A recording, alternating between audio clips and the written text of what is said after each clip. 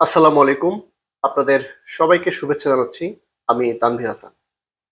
দর্শক, গত বছরের ৫ই আগস্ট যখন শেখ হাসিনা সরকারের পতন হলো, তারপর থেকেই তার দল আওয়ামী লীগের কার্যক্রম একেবারে বন্ধই হয়ে যায়। এখন পর্যন্ত সেভাবে রাজপথে সক্রিয় দেখা যায়নি আওয়ামী লীগকে। তবে তাদের দলের নেতাকর্মীরা অনলাইনে বেশ সক্রিয় রয়েছেন। সেখান থেকে অনলাইনে বিভিন্ন ধরনের বার্তা দিচ্ছেন, নেতাকর্মীদের সঙ্গে যোগাযোগ করছেন, বিভিন্ন টক শোতে কথা বলছেন। এরই মাঝে তারা বেশ কিছু কর্মসূচিরও ডাক দিয়েছিল অনলাইনের মাধ্যমে। তবে সেগুলো খুব একটা বাস্তবায়ন করার জন্য তাদের নেতাকর্মীদের রাজপথে দেখা যায়নি। এই পরিস্থিতিতে আওয়ামী লীগ আগামী জাতীয় সংসদ নির্বাচনে অংশগ্রহণ করতে পারছে না, এমনটি নিশ্চিত হওয়া গেছে। তবে এখন প্রশ্ন উঠছে যে আওয়ামী লীগের যে 20 থেকে 30% ভোট রয়েছে, সেই ভোট কার দিকে যাবে। ইতোমধ্যেই বিভিন্ন রাজনৈতিক দল আওয়ামী লীগের এই ভোট ব্যাংকে নিজেদের দিকে নিতে চেষ্টা চালিয়ে যাচ্ছে। আমরা বিভিন্ন সময় জামায়াতের বিভিন্ন পর্যায়ের নেতাকর্মীদেরকে দেখেছি আওয়ামী লীগের এই ভোট ব্যাংককে কাছে টানার জন্য বিভিন্ন ধরনের কথা বলছেন। সম্প্রতি বিএনপির মহাসচিব মির্জা ফখরুল ইসলাম আলমগীর তার নিজ এলাকায় গিয়ে বলেছেন, যারা আওয়ামী লীগের নিরপরাধ রয়েছে, যাদের বিরুদ্ধে মিথ্যা মামলা হয়েছে, সেসব মামলা বিএনপি তুলে নেবে। বিএনপি আওয়ামী লীগের মতো কারো বিরুদ্ধে মিথ্যা মামলা দেবে না।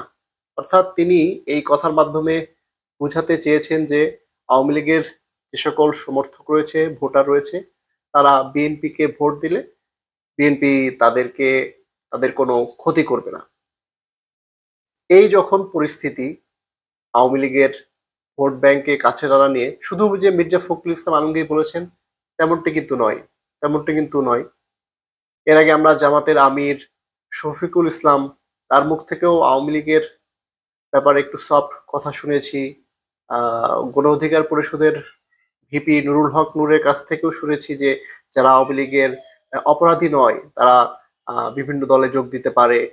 তাদেরকে যেন মিথ্যা মামলা দেওয়া না হয়, তাদেরকে যেন হামলার শিকার না হয়।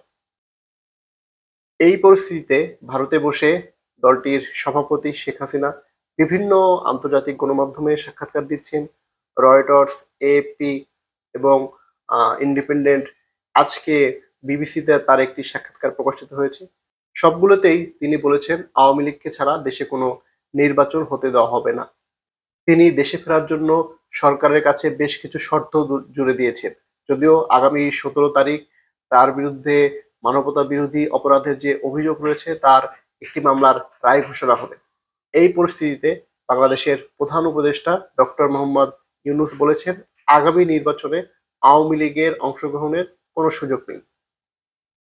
প্রথম আলো বলছে, আগামী জাতীয় সংসদ নির্বাচনকে অবাধ, সুষ্ঠু ও অংশগ্রহণমূলক করার প্রতিশ্রুতি পুনর্ব্যক্ত করেছেন প্রধান উপদেষ্টা ডক্টর মোহাম্মদ ইউনূস। একই সঙ্গে তিনি জানিয়েছেন, সন্ত্রাস বিরোধী আইনে কার্যক্রম স্থগিত থাকায় পরে নির্বাচন কমিশন নিবন্ধন বাতিল করায় আওয়ামী লীগ নির্বাচনে অংশগ্রহণ করতে পারবে না।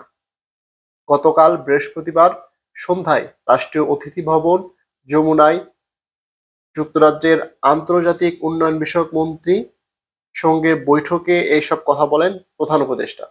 বৈঠকে আসন্ন নির্বাচন, অবৈধ অভিবাসন, বাণিজ্য সম্প্রসারণ, রোহিঙ্গা সংকট, বিমান ও নৌ খাতে দ্বিপাক্ষিক সহযোগিতা সম্প্রসারণের ইস্যু নিয়ে আলোচনা হয়। ডক্টর মোহাম্মদ ইউনূস বলেন, আগামী ফেব্রুয়ারির প্রথমার্ধে নির্বাচন অনুষ্ঠিত হবে। তা হবে অংশগ্রহণমূলক ও অন্তর্ভুক্তিমূলক। দর্শক, বাংলাদেশের মানবতা বিরোধী অপরাধে একটি রাজনৈতিক দল আওয়ামী লীগ, তাদের বিচার চলছে। অন্যদিকে জাতীয় পার্টি, তারা দীর্ঘদিন আওয়ামী লীগের সঙ্গে জোটবদ্ধভাবে আওয়ামী লীগকে বিতর্কিত 3টি নির্বাচন বৈধতা দেওয়ার চেষ্টা করেছে। তারাও তাদেরকেও নির্বাচনের বাহিরে রাখার চেষ্টা চলছে।